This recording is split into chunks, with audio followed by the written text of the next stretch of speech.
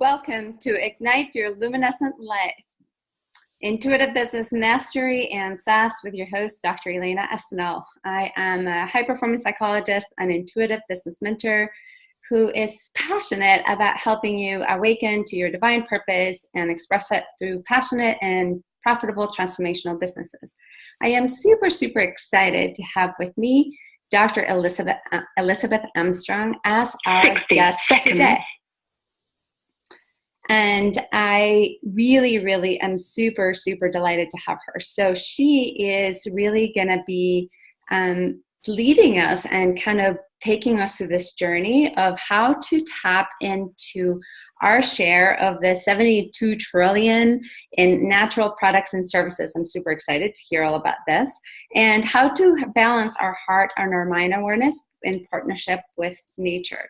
Her intuitive skills and her educational background weaves both spirit and science into a strong framework that it's designed around your unique talents. And so we will get to benefit from her wisdom to bring more greater well-being, to be able to keep money in your pocket and to protect the earth. 10 seconds. So welcome.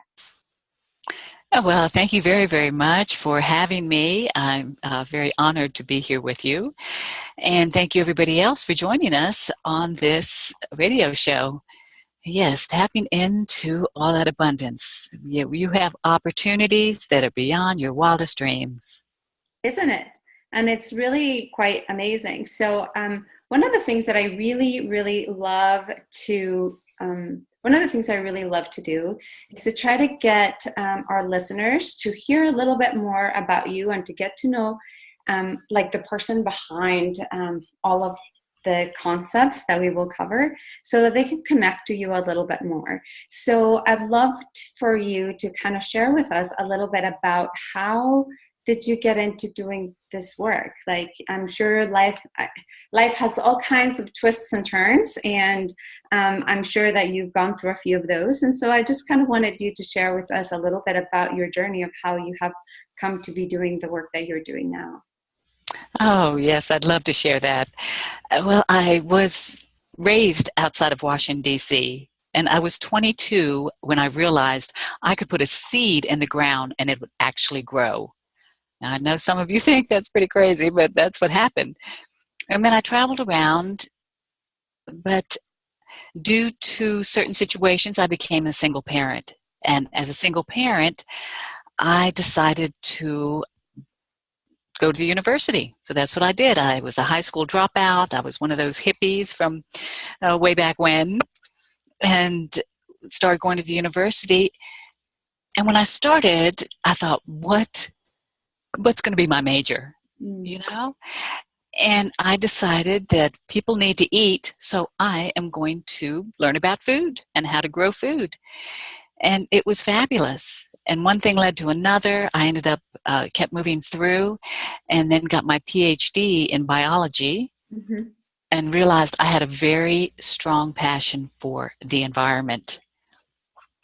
And I taught environmental sciences, and that's what got me to where I am now, to want to help people to learn about how they can tap into the abundance in the environment.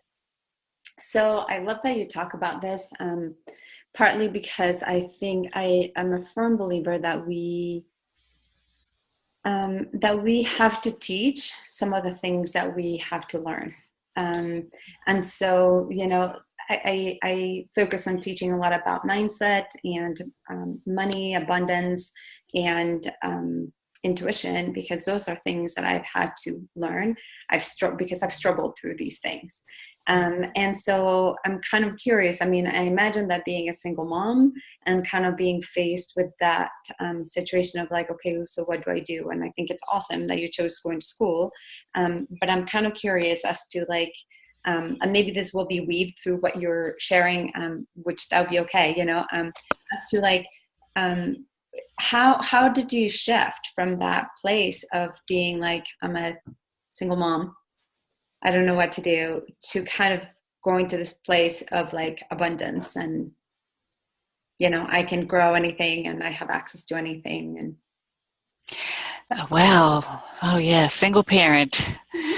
my focus, well, to tell you the truth, the whole thing about being a single parent, I was moving from my heart. Mm-hmm. My goal was to be there for my children. Mm-hmm. And when they were in school, I felt like I needed to be doing something, so I went into higher education, but still didn't have that abundance mindset. Mm-hmm. That didn't come later. It didn't come later until I was well into have raised my kids and things got really stressful, as anybody that has raised a teenager knows how it can get. Uh-huh. And then getting my degrees as I moved up the academic ladder again, Mm-hmm. it was stressful. So I got to this point to where I didn't even know which direction to go in. I was so just trying anything, grabbing at straws. Mm-hmm. And it started to unfold. Mm-hmm. The lifestyle started to unfold on how I could be abundant and how to manage my thinking and my thoughts to bring about abundance and prosperity. Mm-hmm. Mm-hmm. And so I developed a few techniques through a system on how to do that. And it paid off. It just paid off, and everything started coming together really nicely. And it really was a bit of a surprise to me. Mm-hmm. Because I thought, okay, this really works, and I'm enjoying it. Although while I was teaching environmental science, what happened was it helped me to recognize the challenges that we're facing right now. Yeah. Mm-hmm. Our world is in a pickle. Yeah. Yeah. And I'm sure a lot of people are recognizing that and not really clear on what direction to go into. Although what happened with me is I realized I had been designed all my life to be exactly where we are now. Mm. And I feel that about everybody that's watching right now. Yeah. Mm-hmm. I feel like there's a divine plan or whatever that when we were all young, had certain interest that got our attention. Yep. And we learned because we like doing it. Yeah. So I feel like each and every one of us, each and every one of the people that are paying right now have the skills and the intelligence and the know-how and the wisdom on their specific type of contributions to the world. It's just a matter of finding out how to make it fit in this system gone wild that we find ourselves in. I so appreciate you saying that, because I think that is a message that so many of us need to be hearing. It's something that I often say, but I think that we forget. Just we are living in a world that is, like comparison and all of these stuff. That it's really not what our divine nature really is. And so it's really being able to start anchoring back to who we really are, and really honoring the special gifts that each of us have, and to not compare, to actually be willing to say, like, yeah, that's awesome, they have those special gifts, and I have these other different special gifts that are actually a synergy, right? That we get to contribute and collaborate and round out. And so it's not better or worse or but different, and that those differences are actually what we need right now. Exactly. The way I see it, it's like everything is a big puzzle. Mm-hmm. Mm-hmm. And each one of us is that unique shape of a puzzle that fits in to that place where we're all working in harmony together. Mm-hmm. Mm-hmm. Although what we're used to right now, we're used to this system that is competitive. It's kind of a male-dominated system that's competitive and ego, and who's going to win and who's going to get the up. Mm-hmm. Mm-hmm. Although what's happening right now, it is everything's shifting to incorporate the feminine. Yeah. Women make up to 90% of the purchasing decisions. Mm-hmm. Mm-hmm.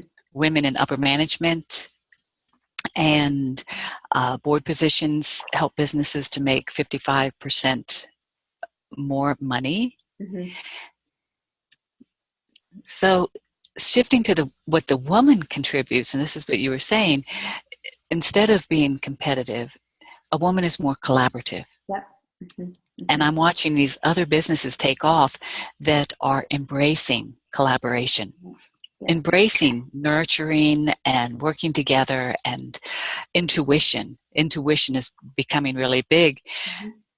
As a sideline, I will say that I was teaching environmental science, but I didn't feel comfortable with how fast things were going towards people working in harmony in their environment. Right. But people weren't buying that they contributed to climate change. Oh, wow. Okay. Rightly so, because they didn't really contribute to climate change. They did really. People's behavior is dominated by their environment. Right. And what created the environment were the lifestyles created from the Industrial Revolution. That was a little over a couple hundred years ago, such as zoning. Yes. And so you fit in with the Joneses, you get a house, you get a car, you get a driveway, the houses are in one place, shopping is over here. And as a result, we became dependent on the cars. That's an example of how our behavior was dictated. But people weren't buying that. So what happened was, I have a friend who is a spiritual person, and she puts on spirit fairs. So I said, well, how about if I have a booth at your spirit fair? It was a skill I had way back when, because I say my mother was a true shaman, you might say, and I was doing seances before I was driving a car. My sister was born on Halloween, so it just was part of my life, but it went into the back closet because of the perception of that. But now, when I got a booth at the spirit fair, and I started making money. People started coming, they started giving me their names, they were joining my list, because that's what society wants right now. Society, they're ready for that spiritual aspect in more of a holistic way. And I think that embraces good eating, healthy habits, meditation, and being able to tap into your guides. Absolutely. So I love that you're bringing together all of these pieces, because, I don't know, I was talking to somebody, and they were asking something about intuition, and how much people use intuition and whether they use it in their business. And I'm like, my entire business is based around intuition. It's like I lead with it, and that's the first part of it, because I feel like without it, we are overcomplicating things. In some ways, even as I've evolved myself, I've kind of realized just how much our minds like to overcomplicate things, and that when we can let go of that monkey ego mind that it's like wanting to plan everything, and we can kind of just drop into our intuition and just kind of trust, then things are just okay. Things are much easier and better, and they flow much better, and simpler. Exactly. And you said a really pivotal word there, and that's trust. In the competitive model, we've lost that. I found I lost the ability to trust. You don't know who you can trust, because everyone's trying to be better than everybody else. Where when you can learn how to trust and start walking a path where you can be trusted, which I love about the online environment, because it's all about giving away stuff to earn that trust, and working with people to earn that trust. And it takes time to earn that trust. It does. And when you can develop that ability to really learn how to feel comfortable working with other people, in that, I think you can also learn part of that other essence to trust is spirit. Absolutely. Or your guides, or those, whatever it is, call it what you want, divine, God, angels, whatever. Right. There's a higher source of power that we can tap into that will help guide us to be successful and prosperous. That's great. Yes, I love it. So, Elizabeth, tell us a little bit about this concept, or this idea of the 72 trillion in natural products and services. I know that this is something that you kind of talk about and how to tap into this stuff. And I know that it's associated with sort of an abundance and prosperity mindset. So, tell me a little bit more about that. Okay, I keep going back to business because that's what I do is I help professionals, especially professional women, to attract wealth. Well, and homeowners, anybody can do this.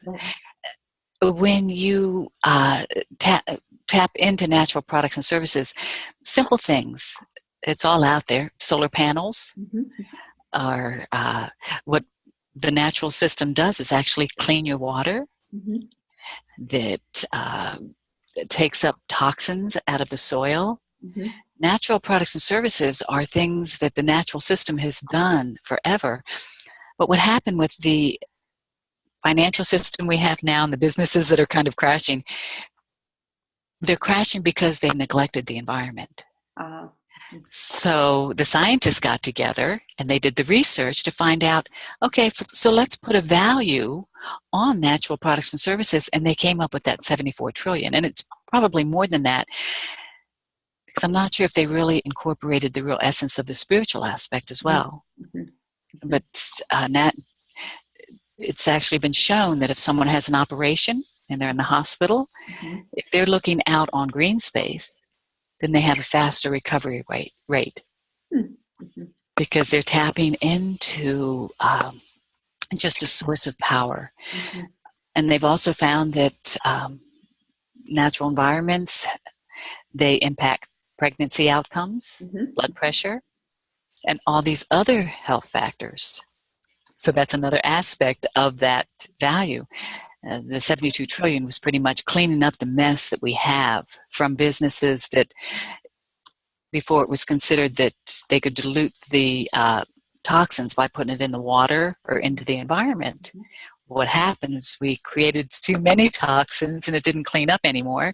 Right. So by using plants to help clean that up, then we're getting a cleaner environment. It's cleaning up our water. And oh my gosh, we know what's happening with our water right now with Flint and a couple of other examples. I've heard this one thing where a woman stuck her child into a bathtub of water and the baby started screaming.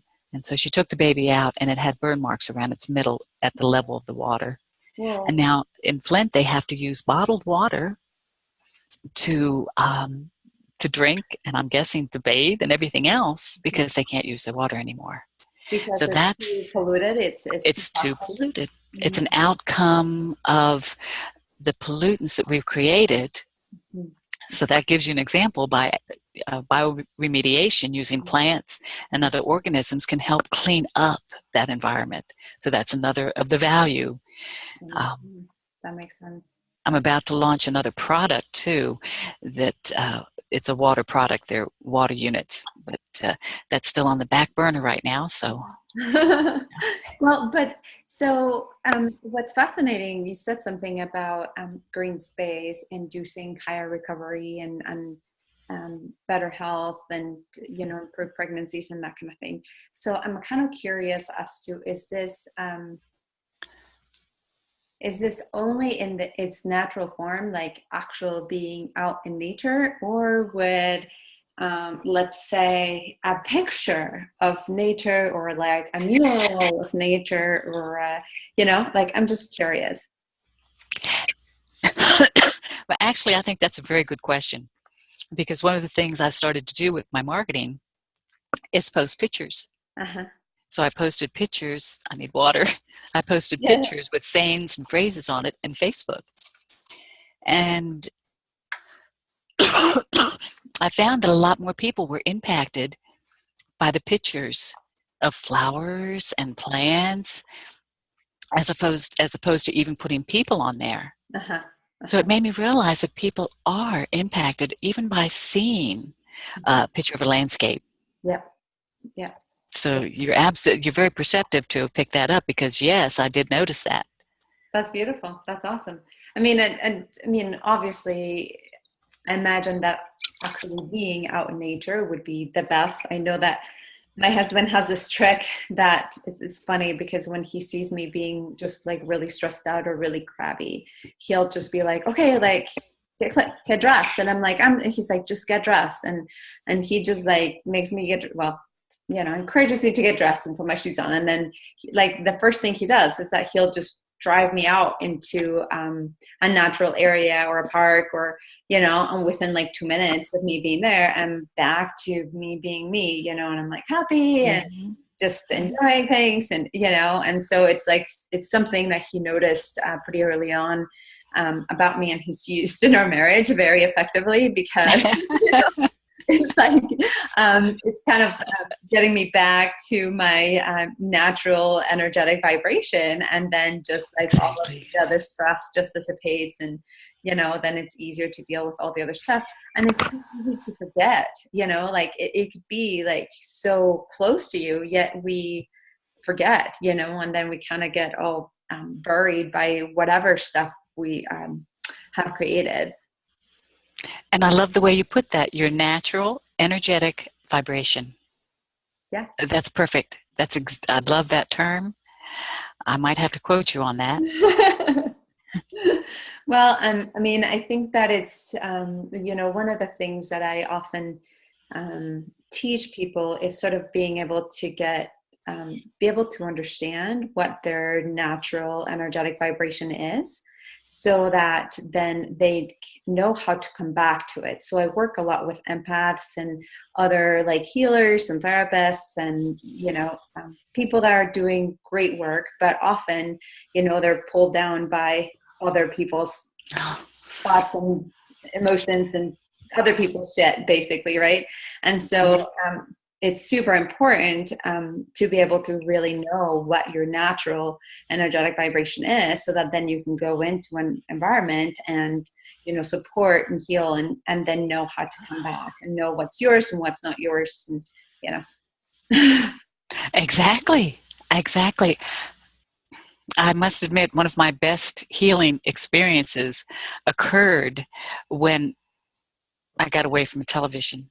Yeah. I went to stay at another place where there was no internet access. There was no television. I didn't even think there was radio. I went 2 weeks with nothing but me and food and nature, and I put in a garden, and it was so refreshing. And I've never gone back. Yeah. No, just not ever gone back. Yeah. Because that's the synthetic artificial as opposed to the natural. Right. And so, I mean, and the thing is, I mean, for me, it's really the balance, right? Of really honoring and being so appreciative of all of the technology that we have, like the fact that we could be doing this, right? Yes. Oh, yes. A little bit about like people get to see what it's like to be developing some of those relationships, because they get to hear and see us interacting with one another. And this wasn't possible, many, many, many years ago. And at the same time, it's really honoring the fact that we can do this, right? And then at the same time, figuring out, okay, so how do we balance that? Yes. Right. So managing the technology. Yes. Effectively. So tell us a little bit about, because there's two pieces, both about activating heart center awareness that you talked about, and then opening up to receiving nature's riches, which I'm sure are both related to each other. And so maybe you can talk to us or guide us through a process and whatever feels best or easiest for you. Well, it took me time. I wrote a book, Align with the Wild, and it was easy for me to write about the natural stuff. But as I was writing about the information, I was guided to shift to the heart and be in the heart. So then I didn't know anything about it, and I did the research. I really looked deep into the heart. And that's where the key was. It really, really, the key is in the heart. So, and it takes practice. You've got to develop some techniques and shift to the heart. And we all use it anyway, because if you have kids, if you have pets, all of them, in any other way that if you're driving in nature and you might see a bird, that feeling you get, that's you're shifting down to the heart. And really, the heart has a 5,000 times greater electromagnetic force than the mind. Yep. So you really have more of a reach if you shift to the heart. Yeah. And when you go there and can then start moving and managing from that, your skill levels go up. And it took me a while. This may sound silly, but one of the first things I did was I went and looked out the window and I said, okay, I just wrote about this. Let me see if it works. And I just put my attention to the heart and looked out and embraced these plants with love, and they started moving. Mm-hmm. I went, whoa, okay, maybe this works. So it seems really simple, and it is. Yep. And by going through a systematic way, you can actually get there. And but it's simple to just feel that love. Mm-hmm. And then embrace. Mm-hmm. I went and visited somebody, and they were taking care of their neighbor's property. And the neighbor, 200 acres, and they had a horse, donkey, goose, cats, dogs, chickens. And I went to help him feed this entourage of critters. And he told me about how the duck had come to his place, and it was a big deal, and he had to call the lady. She had to come get it, and it was chasing him. And so anyway, I go with him to go feed these critters, and he's not there. I mean, she's not there. She's on vacation. We fed the dogs, cats, chickens, goose, wow. And then went up to feed the horse donkey. And while we were up there, here comes the goose. And he's watching that goose, and it's walking around him, and he's scared. And so we finished with the horse donkey and started walking back, but there was a fork in the road. One fork went to where the goose was supposed to come at the house, and the other went to his place. So he started walking, and he kept walking, and it was about 60 feet past this fork, and he said, come on. And I finally stopped and said no, and he just went a little bit farther. It was almost like it was something he didn't want to do, and he was scared that the goose was going to come, knowing that it probably would. So I'm about 60 foot from that fork in the road, and here comes the goose, and lo and behold, it started coming towards us.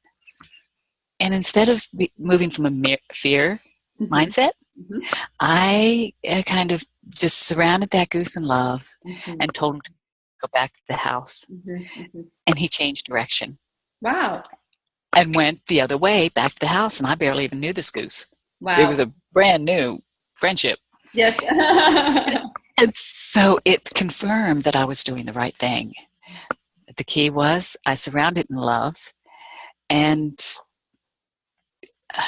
you've heard the phrase, love can move mountains. Oh, yeah. And it really can. Yeah. You just be in that love space, and you can do anything.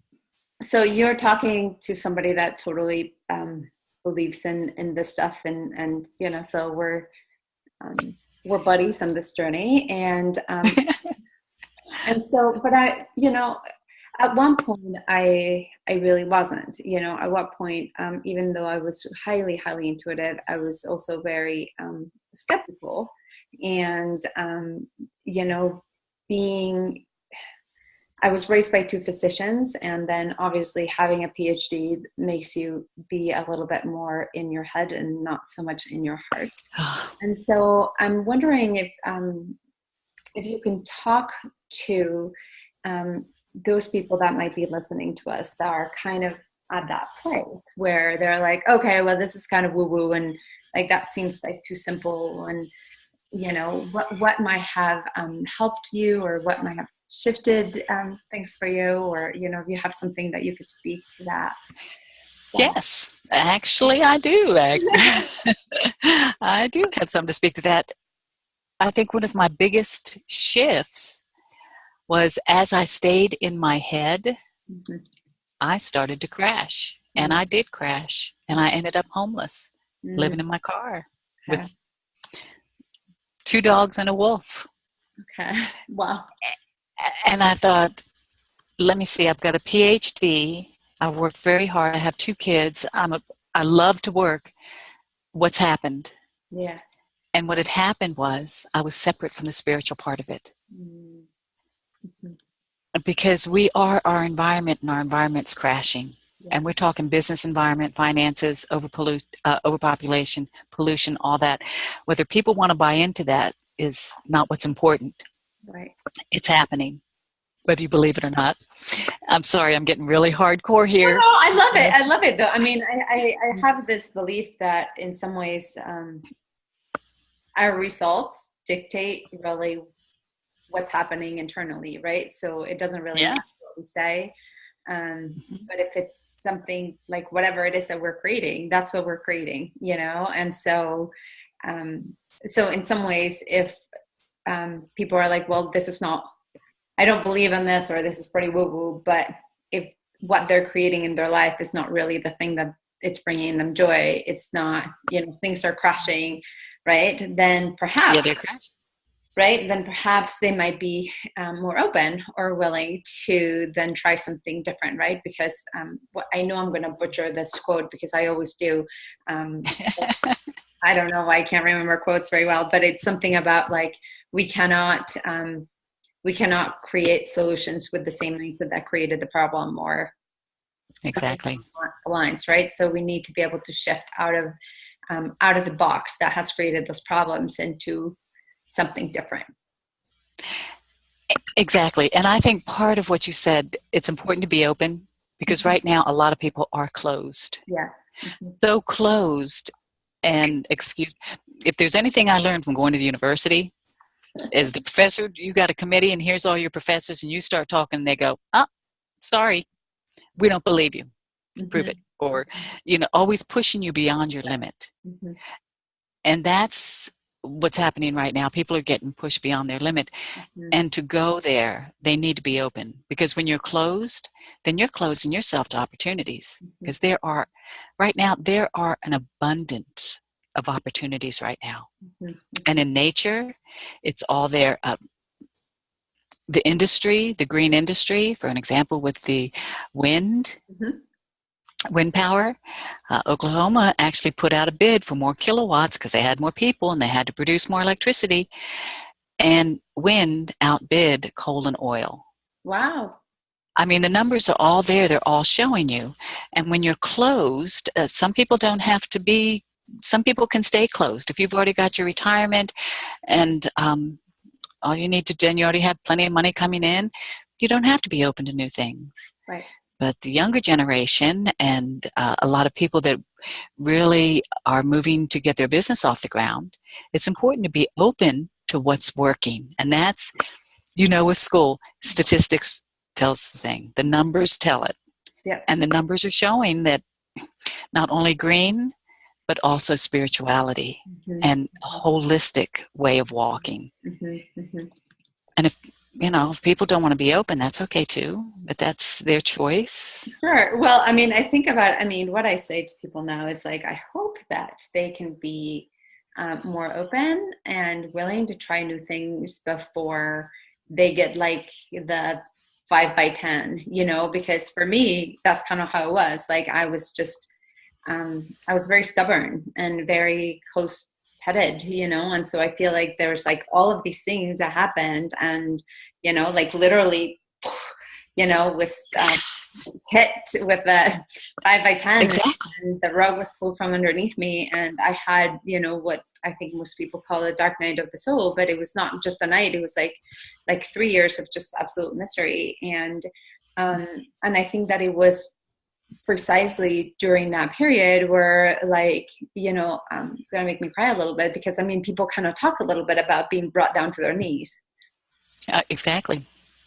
You know, and so I think that's kind of what it was for me. It was like, there was nothing else. There was nothing else that I could do but just be like, okay, like, you know, and it was pretty painful. And so for me, it's like, if people could be willing to open up and to feel their heart and to experience something different without having to go through that, then, you know, more kudos to them, you know, like it's going to be a much better, much better route. Yes. Oh, yes, exactly. Although, I guess I learned that early on. Well, shouldn't say too early, that we need the growth and it takes falling down to grow. Because I believe if things were easy all the time, then we wouldn't grow. You know, if we had everything we needed, sometimes we have to fall down because, and I think this is part of the intuitive part, Yes. because you're being nudged to move forward. And if we try to move on our own as one individual, it's way too big for that. Yep. Yep. Way too big. We need to have collaborative relationship with other people. We need to tap into our spirit guides. We need all of that to create this holistic being, to be the best that we can be. Absolutely. Absolutely. So you talked about like opening up, and so I'm curious as to whether you have a process or something that you like, you know, what's the best way for people to actually open up to be able to receive some of these riches and some of the abundance that's all around us? Yeah, well, we've all heard about it, meditation. Mm-hmm. Now, for me, for a long time, it was hard for me to meditate because I have a very active brain. And if I try to be really quiet, for some people, they could go and lie down and go to sleep. Although sometimes my brain would be so active. And what I did was say, okay, active brain, let's see how many times you can count to 500. Okay. Uh-huh. And next thing I know, about the third or fourth 100, I'd be asleep. Yeah. Uh-huh. So, but what we all are familiar with is meditation and hearing about that. And I don't still my mind, and I've not really gotten my mantra or anything like that, but I actually created a mantra. I was asked to speak at the American Dowser Society and created my own mantra that I developed from watching the ocean. And it's that repetition again.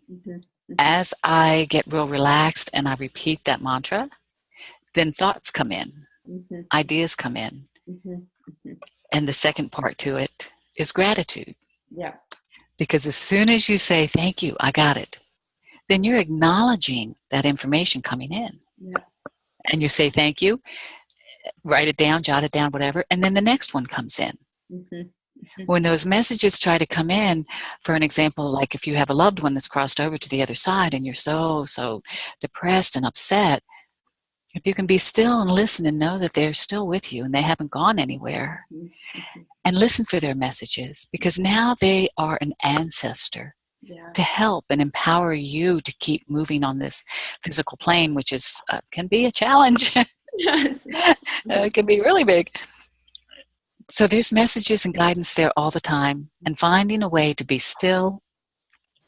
If you can't meditate, then create your own mantra, or if you have a favorite song or something. There are different ways to do it, but my technique was to develop this mantra about the environment. I love it. I say that, and because I say it over and over, then I can still get the messages in between the words. You know, it's so funny that you said that your mind was so active when you started meditating. I still remember the first time that I meditated, and I think I said there for like 5 minutes or something, And so I'm closing my eyes in what feels like the biggest torture in the world, And when I thought that it's been like a really long time, I peek in, open my eyes, and I realized it's only been like a minute and a half, and I'm going like, oh my God, you have to see, I can't do this, This is not working. Because my mind is always like going. And so it's kind of funny that sometimes now, my husband's like, I don't know how you can meditate for 40 or 50 minutes. And that just seems pretty natural for me, but it's taken many years of practice. And one of the things that I found, especially at the beginning, I did not know, and this is kind of some of the nerdy pieces about me being a psychologist. I did not know how people thought, but I realized that many of the ways in which I think is that I thought in pictures. And so that when I was first trained to meditate, I was trained in transcendental meditation, which they give you one word. And so I would be doing the breath and the one word, but in between, my mind was super active, was picture, picture, picture, picture, picture, picture, and so it just was very, it just felt like I was at battle, you know, like it did not feel soothing or calming at all. And so one of the things that I decided was that since I was thinking in pictures, that I needed to create visual mantra that went along with my breath. And so, and for me, like the ocean is, it's the nature that's like really calming. Just being in front of the ocean, and that is just a very calming thing for me. And so I kind of created this picture of like the ocean, you know, and like I had in, you know, in my mind what like a sunset and all this stuff, you know. But then I started adding that, and that was actually the thing that really helped me be able to start quieting my mind for longer periods, which is kind of fascinating. I don't use that anymore, but that was something that you just kind of jotted my mind when you said like how difficult it was at the beginning. And I think another important key is having a support group. Mm-hmm. Because when I started my business, I thought, oh, I can do this on my own. And there was a lot of free stuff online, and I was listening to it and putting my stuff together. Although it kept having an active mind and with all the opportunities, it kept changing all the time. Yeah. So at some point, I recognized how important it was to have a support group and to have coaches that I work with to start working with me with staying focused and getting another perspective of what I was working on. Because when, we're back at this, when you think you're here and you're the one and you can pull it all off and everything, the thing is that we have to look at other people and their perspectives and their opinions. I realized I'd say one thing and somebody'd say, what did you say? I'm like, oh, okay, well, I guess I need to reword it and clarify a little bit more. And I found that to be very, very important, to have a good support group, not only emotionally, if you have friends, but I think partly because our families have split apart so much over time that we need to still bring back together that family network, you know, that although it might be more kindred spirits like friends and stuff, to have that support group around to help emotionally and to help with, and professionals with your business to really move forward. So I think that was another of the techniques that I took on, was to make sure I had a good, strong support group working with me. I completely agree. I think that it's, I would say that it's one of the most powerful things for sure. You know, I've been leading groups for, oh God, I don't know how long, 16, 17 years. And I feel like, though my clients individually do have some pretty amazing transformations, the ones that actually have like those like quantum leap type transformations and are able to sustain them for the duration are those that are involved in group work, masterminds, you know, support groups, whatever, however you want to call them, you know, but that they're really committed to their growth and to the growth of the group. And it's really quite powerful to see, and very satisfying for me to see the growth and how community, like you really become, you become sort of like a petal of this beautiful flower. Oh, perfect. I love that the way you put that is a petal of a beautiful flower, because that's what you're creating, is a beautiful flower. And seeing it from that perspective. Oh, that was perfect. Back to nature again. Yes. So, and it's kind of funny because that's one of the things that I was thinking about is how do you integrate the nature and environmental part of, you know, your passion into the work that you do with women and helping them create wealth, and, you know, help me understand how you bring these two pieces together. Well, of course, the big part of it is I spend a lot of time in nature. Yes, I bet. You know, I do. I spend a lot of time in nature. And because of that, it's almost like I have a relationship with nature, with the birds, with the whatevers. So then when I start working with people, I just incorporate that into it, you Mm. might say. I find out what's going on with the people. And I had this one client who was experiencing really severe depression. Mm-hmm. And I said, okay. I said, well, do you have any plants in your house? She goes, no. I said, well, and then she started explaining her environment, and there was other people living in the house and all this. And I said, well, where's your sacred space? And so she got plants, put it in her sacred space, and it immediately started impacting her attitude. Mm. It just really started impacting her attitude, because when you look at it, when you look at your energy centers, plants are green, and what energy center is green? Your heart. Right. Yeah. Yeah. Your heart. Yeah. When people get married, they all get married usually in the spring, when all the plants are putting on their green growth. It's true. And so it automatically happens. And by sharing with them, not so much just the natural environment, but what I do is start working with them with their environment, with some feng shui, and finding out how their environment is and how they can restructure that to best serve them. Okay. So it takes it one step farther than the natural environment, the environment in which they live, work, their friendships, and all of that, doing a complete assessment, and then turning around and using my spiritual guidance to know which direction to go into.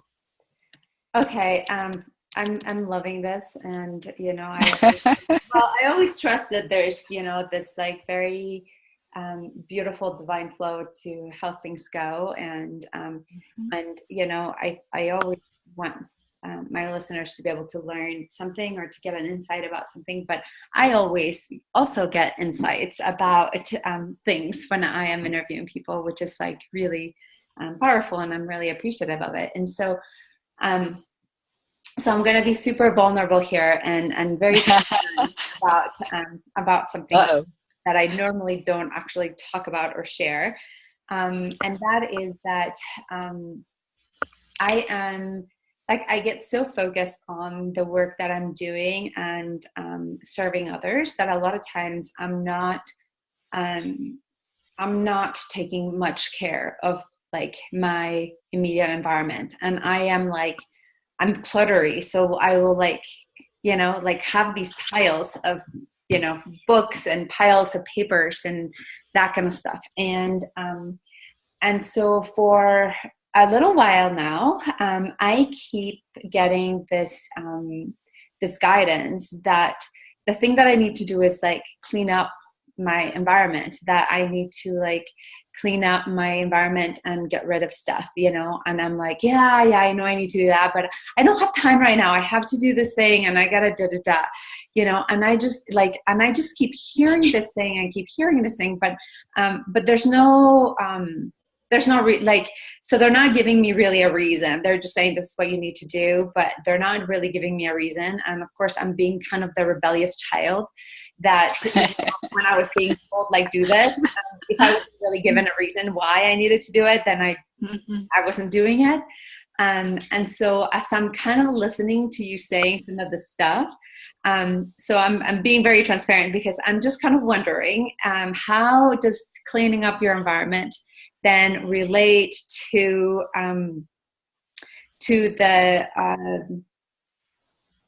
your ability to receive the gifts that are meant for you to receive? It's all about energy. The whole universe is all about energy. Mm-hmm. So when you have stuff there that the energy may have become stagnant, mm-hmm. see it as a creek or a river. Mm-hmm. If it becomes blocked and becomes a pond, mm-hmm. it can become stagnant. Huh? The lake will eventually fill in. Mm-hmm. So it just fills, and then it's no longer there. So you don't want the energy to be stagnant. You want the energy to be moving at all times. Okay. And by making sure the energy in your system is moving, yeah. I'll give you an example. Is I decided, okay, I'm going to start cleaning up my house because I get my degrees, had my kids, Right. life got in the way. My house became completely closets jam-packed, everything's. And then once the kids started leaving home, I said, okay, little by little, I'm going to start cleaning this up. And I did, and I started with a closet. Uh-huh. And I started emptying things out. Well, what's going to happen is you're probably going to start dealing with baggage. And that's probably what prevents you from working through that energy. Because when you circulate the energy in your living environment, you circulate the energy within your mind, within your heart, within your thinking. There may be things that you're not dealing with, and so it stays here, and that's okay. No, but just leave it.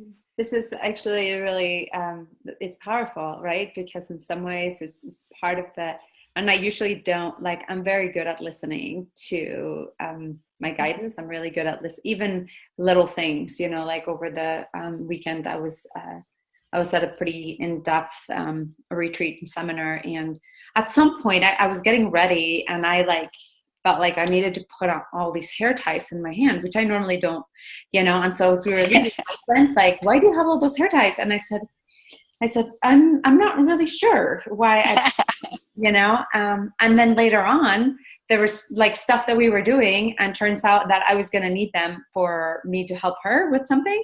And she's like, oh, so you needed them for me. And, you know, but it was like, even just this like subtle stuff, I usually you know, I just go with it and I do it, even if I don't know. And this is just something that I know that I've resisted. And so it just like, even just bringing it up and you hear like mentioning it, I'm like, okay, there you go. That's the next little area I would stretch. Yes. Divine guidance is there all the time. And when we're tapped into it, we're guided to be at the perfect place at the perfect time to be of service. Exactly. And I can relate to that. I mean, I sold my house and started traveling. Mm-hmm. And it seems like each place I've been guided to go to, I've been able to be of service. In some way. I ended up in France. I ended up on an organic farm. Wow. I showed up to visit a friend. And when I was visiting, I went around the town and said, well, you know, is there some place where I can go stay and maybe I can clean or do something and they'll give me a place to stay. Mm-hmm. 2 different people said, okay, right over there to that farm. And I went, okay. So I went over and started talking to the guy. And as it turned out, he needed me as much as I needed him. Mm-hmm. And I started cleaning, and just to give you a hint, it was like it was a 300-year-old farm, 3 generations on this farm. He was the first one to be a farmer. Oh, wow. His father was professional, his sister was professional, and here he had some physical, I don't want to say challenges, well, physical challenges, although he decided to be the farmer. Uh-huh. And what happened was he ended up taking care of his father, who had dementia. And then the father was moved out of the house. And I told him, I said, well, just put me where you think I should be. Uh-huh. And he ended up putting me in his father's bedroom. Oh, wow. To start cleaning. Oh, wow. And I was fine with it. And I had like the best bedroom in the house. Mm-hmm. You know, and just started cleaning and unfolded. And he was so, so appreciative to have me there. Mm-hmm. Because it was, you know, I helped him work through. It was like he was almost paralyzed. He couldn't even go into his father's bedroom. Mm-hmm. It helped to start moving that energy. We're back with moving the energy again. Yeah. That's really, really powerful. That's really, really powerful. So, Dr. Elizabeth, can you tell us where people can get to know more about you and, you know, how they can access you and reach you? And okay. Well, thank you for asking. I have a special gift for everyone. It is a special report to help you to lower your cost of living and help protect the environment. You can go to my website, www.drelizabetharmstrong.com. The doctor is abbreviated, so it's DRELIZABETHARMSTRONG.com. Go get your free report. You can contact me from there. send me an email and we can set up a time to chat. I will do a 45-minute free session to see how we interact together. I like to get a feel for people before I work with them. And so feel free to go to my website, get the freebie, and contact me. I'd be more than happy to get to know you. That's fantastic. That's fantastic. And my website again is drelizabetharmstrong.com. And I think that that's also really great because in some ways, I always think that there's like two, well, actually, I think about money in three different parts. The first one is how to make money. You know, like I focus a lot on helping people like how to make money. But a lot of times it's the second part of like how to like keep your money, you know, because a lot of times we're making a lot of money, but we are draining the money just as quickly. And so, you know, how much money you make doesn't really matter if you don't really know how to, you know, save money, how to hold on to the money, so to speak, you know. And then the third part, I think of like, it's basically like the multiplier, right? Like how do you multiply the money that you already have so that it just, you know, goes into creating legacies and that kind of thing. And so, but I really feel like that that middle part a lot of times is very unacknowledged, and we don't really pay attention to it. And it's one of the biggest problems that I see right now is that a lot of times people are making lots of money, but they don't really know how to hang on to it. So just even what you're saying about like how to put money in your pocket and how to protect the environment, how to save, I think that's super, super valuable. Oh, thank you. Absolutely. How to manage money effectively. That report can help people save on their utility bills by at least 40%, if not 60. Wow. Wow. And that's monthly. Wow. That's amazing. That's amazing. So I have been just incredibly delighted to have you as my guest. And I'm just wondering if there's any like last minute thoughts or anything that you would want to leave our listeners with. Oh, yes. I've heard one time that we are all connected by maybe 6 points. Mm-hmm. So when you meet someone, you interact with someone, look for those similarities. Because as you and I have now worked or spoken now for an hour, I just feel like we're kindred spirits. Mm-hmm. Mm-hmm. And I feel like we have more to do together Mm-hmm. because we Absolutely. have so much in common. Absolutely. And it's so beautiful. And I'm just gonna, what you say is so important, and I'm gonna re-emphasize something that you said, and it's just that openness of really being able to show up with an open heart and a willingness to really connect and get to hear each other and get to know each other at that soul level in some way. And I think that's what creates meaningful and beautiful relationships. So I'm appreciative for you bringing that into our space today. Oh, thank you so much. You have a very beautiful soul. Thank you. Thank you. I so appreciate you. And, Yeah. you know, I will be just delighted to be sending this out to all of our listeners. And I hope that you and I will stay connected. I'm sure that we will because I can see a lot of synergy between us. So, for the rest of you, you know, I was just delighted to have Dr. Armstrong with us. And until the next time, defy the ordinary, become extraordinary.